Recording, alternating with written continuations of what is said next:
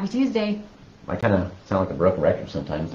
These Tuesday talks were designed for you guys just to have a chance to ask us questions, and then we always had something to throw out just to kind of get things going, but really it's what you guys asking questions. So, yeah, I mean, it's and not today like, I kind of wanted it to be, just a total general Q&A, kind of like what we used to do with our roundtable meetings in the office when we'd have, anybody could come, we'd sit around the conference table and you guys would ask questions and we'd go around and answer those.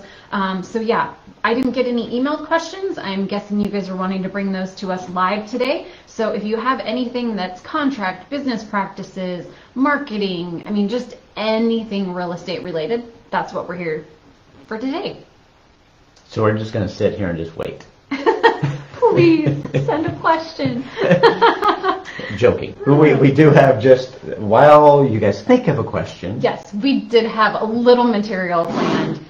Take it away, because you worked with our corporate office, Jared, our IT guy, to kind of clean some things up here. Yeah, so, I hate to say the phrase because of the pandemic, I was able to, but we've had a little extra time to be able to work on a few things on the back end of stuff with the pandemic. And so I spent a lot of time putting together some new contract examples and new training tools. So when you log into Elevate, go ahead and click on the training button in the upper left-hand corner, and then you're going to go to our how-tos button. And when you open that up, scroll down to the bottom and you're going to see a new subsection called Contract Examples. We've got it broken down into seller contract examples and buyer contract examples. And if you have any questions on how do I fill out, you're going to find a bunch of sample templates that you can use. Maybe you don't know how to fill out the doc storage fee. Maybe you don't know how to do a post-closing occupancy agreement. Maybe you don't know how to do an amend extend. We've got everything in here, as well as our contract to buy and sell, our CBS. So yeah, everything is in there. I know one of the things that comes up, I'm filling out a square footage disclosure with a home with no basement versus one with a finished basement. How does that look different? So you're going to have these examples in here at your fingertips as if I'm sitting right next to you helping you fill that out. So in the event that you ever have questions, this is a new resource for you guys. Under the buyer contract examples, oh, my dates and deadlines explained. So this was a big item that I have been wanting to put together for a couple of years now, and I finally sat down and took the time to do it. So oftentimes you guys have questions on what does a specific deadline mean? When should it generally occur, and whose responsibility is it? Is it the buyers? Is it the sellers? Is it the lenders? Is it the listing agent? So when you go to your dates and deadline chart and you say, earnest money deadline, what does that mean? Inspection objection, what does that mean? Association documents, what does that mean and whose responsibility? Every single paragraph is written out and templated so that you guys can read through it and know what all of those dates and deadlines are and who is supposed to be monitoring them. You got a lot of time in your hand to do this. This is crazy good. Yeah, so I was really excited to finally launch this. There's a lot that went into this, but hopefully it's going to be a really, really great tool. At the bottom of this document, and it's 16, 17 pages long, I don't expect you guys to read every single page. It's a resource, so when you have a question, you can go to it and look for the answer in here. But at the very bottom, when Todd scrolls all the way down, we've got other helpful tips. And so the last 5 pages or so are going to be items that are not part of your date and deadline chart in your contract to buy and sell, but other things that come up prior to closing that you should be aware of and educated on. When to review the closing disclosure, when to do your walkthrough, what your roles are at the closing table, whether you're the listing agent or the buyer's agent. So just these last couple of pages are just my personal tips and tricks for you guys so that everything goes smoothly. So yes, this was a big undertaking, but I was so excited to have this one completed for you guys. Awesome. I love it. So buyer contract examples, very similar. We've got our interactive contract, which I've updated. So if you religiously use the interactive contract example, go ahead and download the new 2021 version. Not a lot changed in it. We didn't get a new contract, but I tweaked a couple things so you have the most current data in that one. So a couple people want to know how to fill out the real property transfer declaration at closing. I've put a sample in here of what an actual real property transfer declaration looks like and how it's filled out. This was from a real buyer purchase in November. So you guys can use this as a template as well, just to be able to educate your clients on how to do that at closing. So there you go. You guys are armed and dangerous. Well done. That's impressive. I'm excited about that. That should help a lot of people. Yeah. All right. So let's hop back here. So Karen Herling says, good morning. I don't know if you're accepting questions now, but can you address appraisals which look at sold in a rapidly rising market?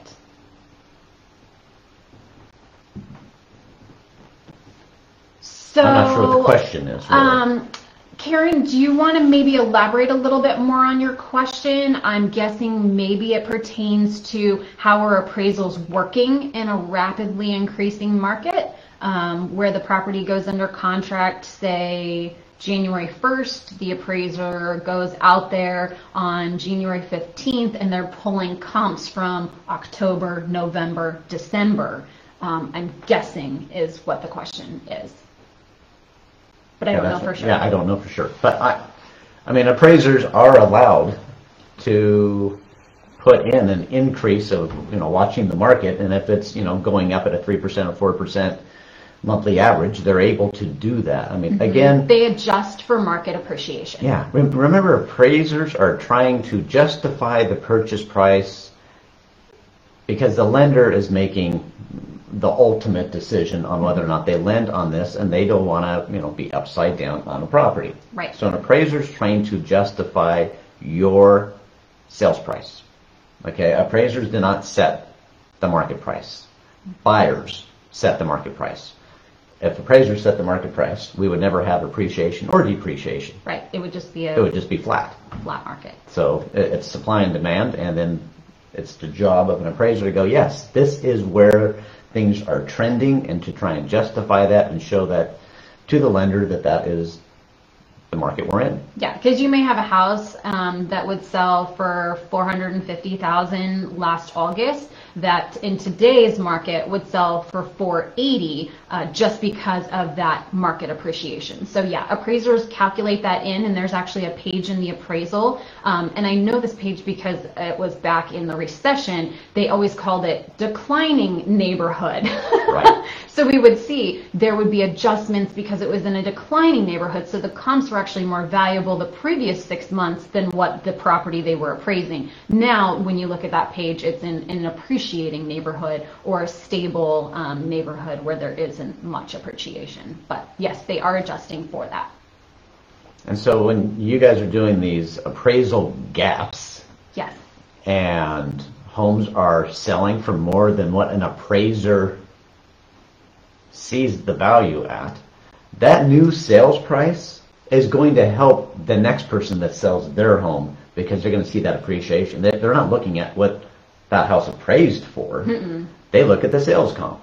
So that is what is the momentum driving our market, and that appraisers look at. They want to see that things are moving forward, and they're going to adjust for that. Exactly. And that's why oftentimes when appraisers contact you as the listing agent and they say, how many offers did you get? How many showings did you get? Or the offers over asking price. They just are trying to determine what's the demand to determine what that market appreciation they're going to allot for, whether it's a 1% or a 2% or a 3% gain over what those comps are reflecting.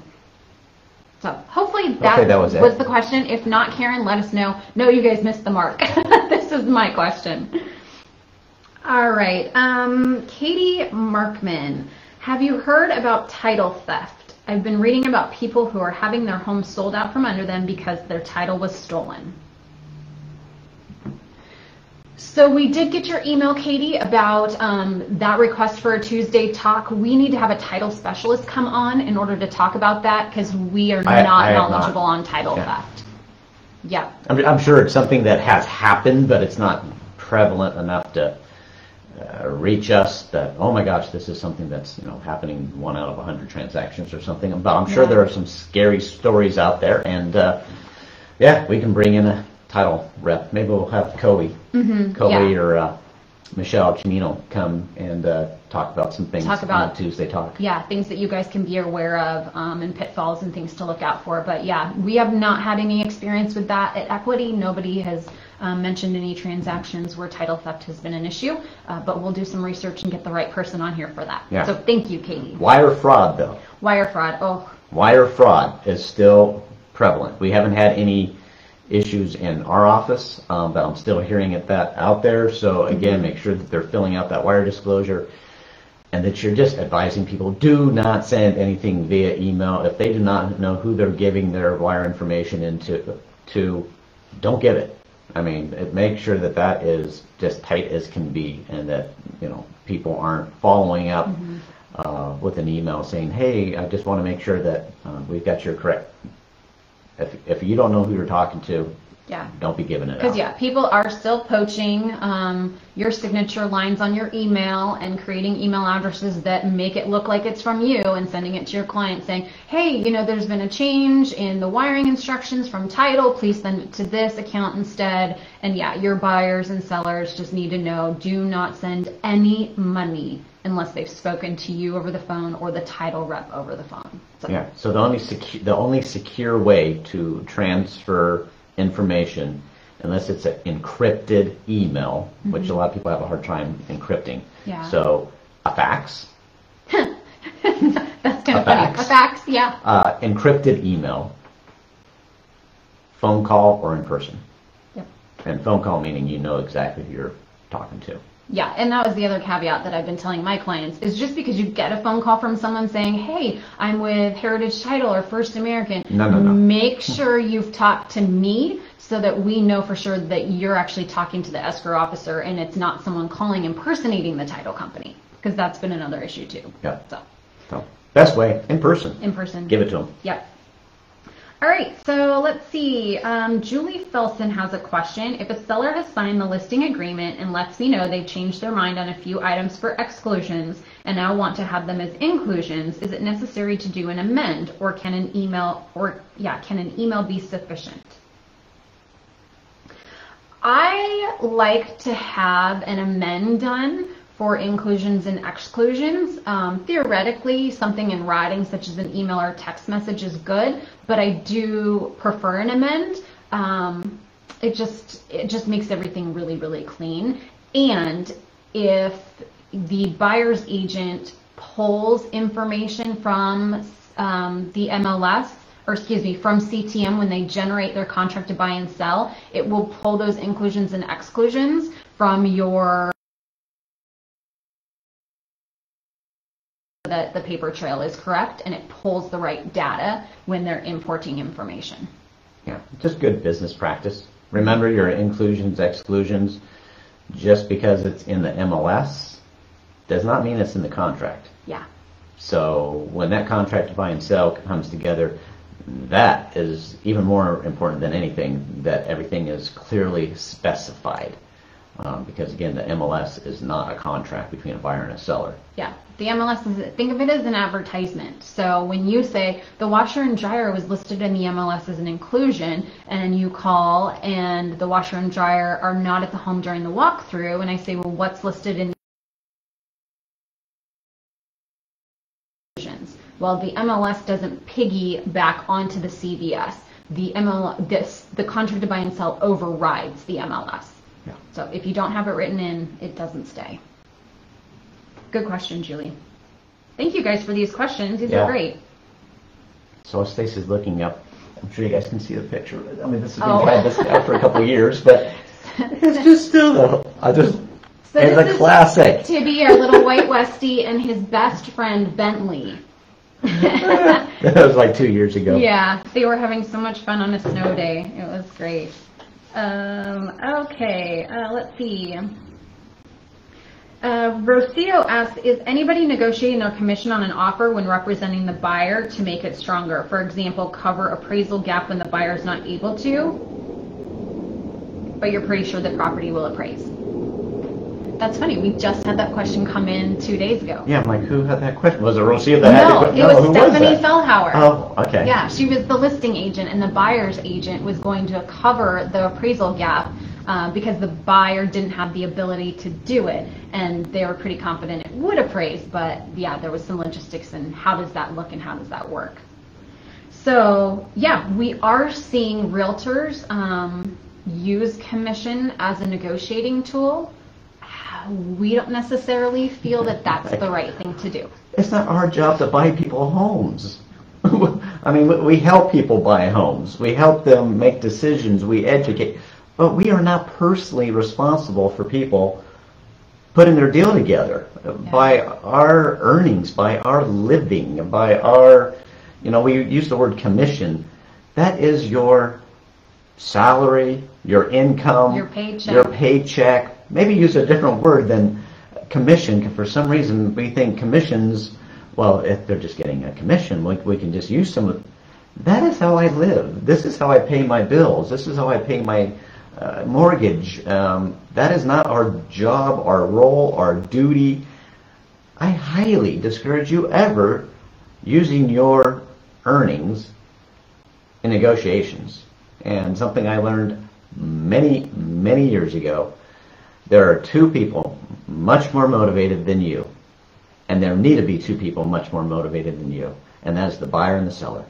Mm-hmm. Let the buyer and the seller come together and figure this out. If your motivation is greater than your client's motivation, there's an issue. Most likely the deal's not going to stay together. You should not have more motivation to keep a deal together than your buyer or seller. They should be figuring this stuff out. So, have we seen it? You bet. Yeah. Is it legal? Absolutely. Oh, you bet. You can reduce your commission so that the seller's net is higher, which may, make your buyer's offer more desirable than another. You can do an appraisal gap. You can, cover other expenses. But I don't think you need to. I don't think you should. I don't think a true professional is someone who gives away their earnings, their income. Yeah. I think a true professional helps educate their clients and helps their clients negotiate and make determinations for themselves. But don't assist with your income. It just does not make sense to me. Mm-hmm. All right. I just have to give a quick shout out to Michelle Donahue. She says, Happy New Year, Mr. and Mrs. Chief. So thank you for that. Happy New Year, Michelle. We love you. I love it when you call me Chief. It's just fun. And we got Mrs. Chief, too. Yeah, Mrs. Chief. That's fun. I know we have another equity agent that calls Todd Boss Man and Boss Lady. Yeah. So that's always fun. And then I've got Nancy Umbright, my manager up north. Calls me kiddo. I love that. That makes me feel good. I like to be in my 50s. I won't say exactly. In my 50s. Kiddo. And get called kiddo. So thank you, Nancy. Yeah, that always makes you feel good. So Beth Goddard actually wants to piggyback on Karen's question. So to go with Karen's question, I had 2 offers in the last 2 weeks. One for $25,000 over and one for $30,000 over, both with appraisal gaps of $20K. But of course the buyer is looking to me wondering how much they're going to have to bring to closing when the last house in the neighborhood, highest, was still $30,000 less than our best and highest offer. It's a little scary out there. I assume some appraisers are going to increase values like you said, but these are huge jumps and I lost both deals. Any new ideas on how to win a contract? I'm not used to losing. Yeah, all of the same things still apply. Nothing has changed with making your contracts more desirable. Highest price, appraisal gap, extra earnest money, as little contingencies as your buyers feel comfortable with. We are seeing, not that we advocate that this is the right way to do it, but we're seeing people waive inspections or only put in an inspection termination. We're seeing them waive appraisals. So they're saying whether it appraises at X or not, we are going to buy the home. We're seeing people that are really, really confident in their financing that they're waiving loan termination. We're going to get our financing. We are that confident, and so is our mortgage broker. So really limiting the contingencies are the biggest things that are going to get you, your buyer, that house. And we're going to do a Tuesday talk. We're going to bring Amir from Home Loans on and discuss how you can make a conventional offer as strong as a cash offer. And there are ways to do that. And actually, I have a theory or a thought that it can actually be stronger than a cash offer. A conventional loan stronger than a cash offer. So that'll be next Tuesday's talk, and show you how you can put that together. So that's just a little teaser. Yeah, but making sure their financing is good, making sure their lender is good, making sure communication is good, putting in the additional provisions, some of those samples that we have in the templated contract about being flexible on closing date, being flexible on possession date, being flexible on inspection, offering post-closing occupancies for zero rent. I mean, we are seeing a lot of that stuff. So there's no new silver bullets out there. It's just you have to take all of those tricks and make sure that you have the highest price and the highest appraisal gap.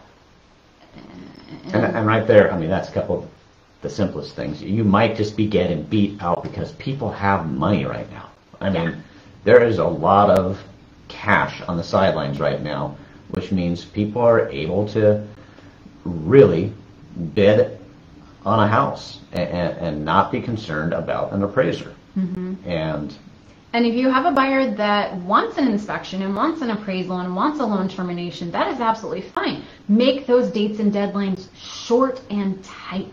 Rather than a 10-day inspection window, make it a 5-day inspection window. Line up that inspection before the offer is even accepted. And if it doesn't get accepted, then tell your inspector, hey, just pencil me in for this date so you can get things done really, really quick. I think those are the only recommendations I have. It's tough out there, you guys. It's just tough. I mean who did we talk to a week ago and there were 26 offers on a listing? Yeah. I mean, that's 25 people lost. Didn't get a home. Not just you. 25 people didn't get it. Yeah. So Gina asks, is there a strategy to modifying any terms when going from the original offer to the backup offer? Example, pricing.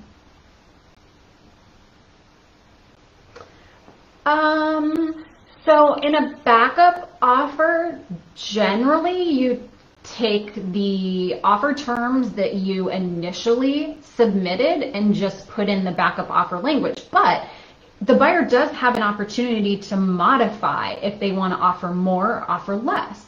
If they want to increase earnest money or change contingencies. I don't see a lot of that happening, but yeah, if you do get information from the listing agent that, hey, you can be a backup offer, but in order for this backup offer to be the most desirable and the one that we're going to put into first position, you need X in your contract, you can certainly make modifications to that contract before it goes in backup position. Anything you want to add to that?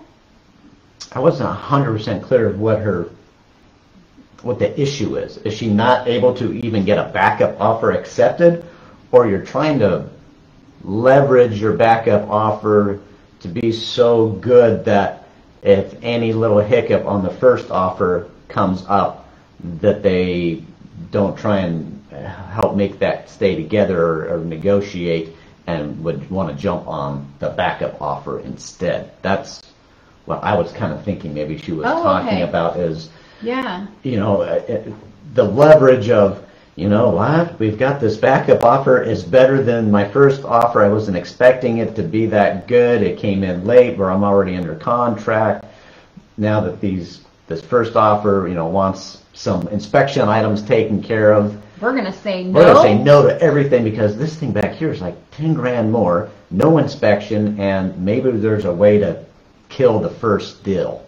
It's tough. It's a backup offer most of the time is great leverage for the first offer to stay together and to make that buyer just kind of keep their feet to the fire. I mean, again, in this... backup offers are typically leveraged to the seller's benefit. Yeah.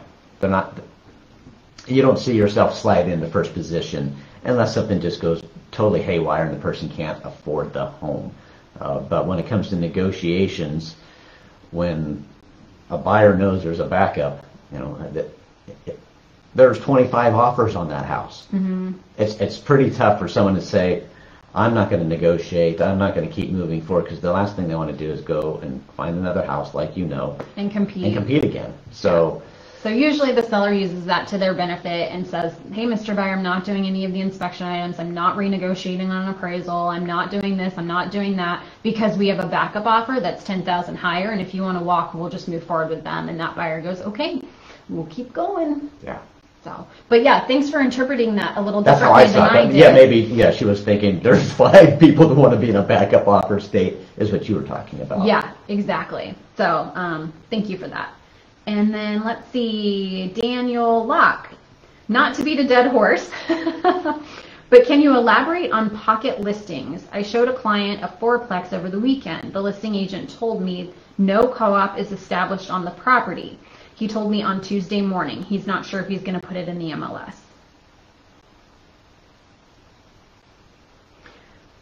So that's a violation. It's a violation. Mm-hmm. The clear cooperation rules and guidelines state.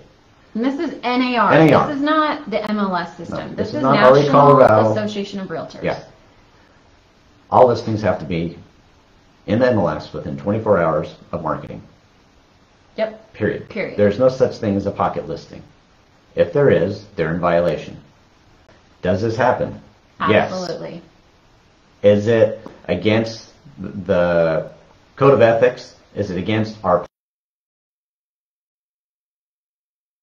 get fined? Yes. Do you care at this moment if your buyer wants that and this person is saying no? I mean, if you find that somebody has a pocket listing, and jump all over it, do whatever you got to do to get your offer accepted, take care of your client, and then you turn them in. Do I care? Yes. I don't want you guys doing pocket listings. Mm-hmm. I don't want us to get in trouble. I don't want you to get in trouble. I don't want you to get kicked out of the MLS or whatever can happen. That's not clear cooperation. We're supposed to keep these things out, and nor is it servicing the seller.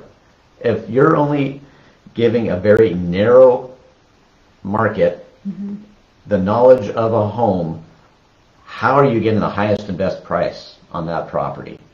Most likely you're not. We don't know what the values are. If we knew the values, we wouldn't be getting offers that are $30,000, $50,000, $80,000 over. We don't know the values. We're kind of guessing what the last thing was, putting it out there and letting the market come in a fear. It's like throwing fish food in a pond and watching the feeding frenzy. That's what we got.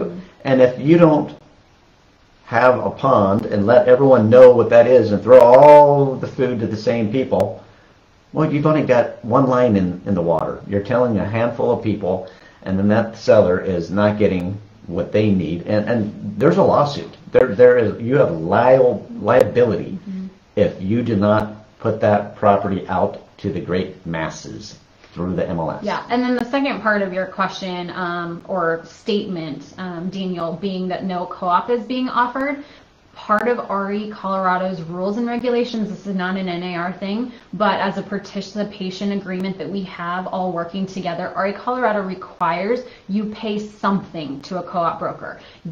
It could be $1, it could be $100, it could be 2.8%, it could be 2.5%. But if someone says they are not offering a co-op, the property is not in the MLS, nor will it be going in the MLS, one, not only are you violating NAR rules, you're violating co-op commission requirements by RA Colorado.